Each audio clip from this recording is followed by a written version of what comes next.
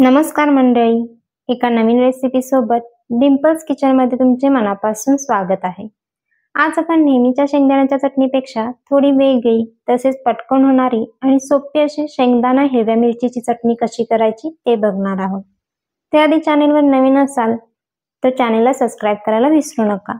चला तर मग वेळ न घालवता लगेचच चटणी कशी करायची ते बघू।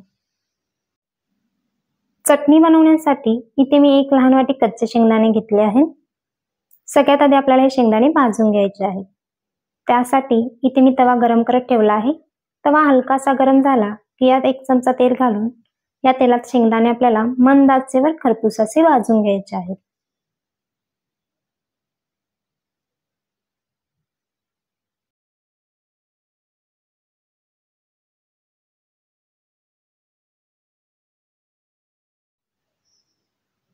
शेंगदाणे छान भाजले गेले आहेत। आता हे गार होण्यासाठी दुसऱ्या प्लेटमध्ये काढून ठेवू।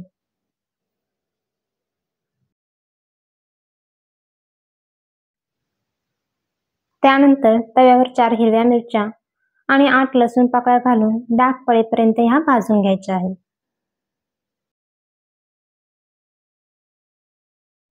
आता इथे मी तिखट असणाऱ्या मिरच्या घेतल्या आहेत, त्यामुळे 4च घेतल्या आहेत। तुम्हाला जास्त तिखट चटणी हवी असेल तर मग 2-3 मिरच्या तुम्ही अजून घेतल्या तरी चालेल। मिरच्या आणि लसूण चांगले भाजले आहे। आता हे गार होण्यासाठी प्लेटमध्ये काढून ठेवू।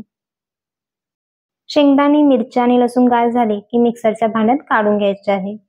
त्यासोबत यात 1 लहान चमचा जिरे आणि चवीनुसार मीठ घालून मिक्सरला बंद चालू करून सगळे व्यवस्थित बारीक करून घ्या।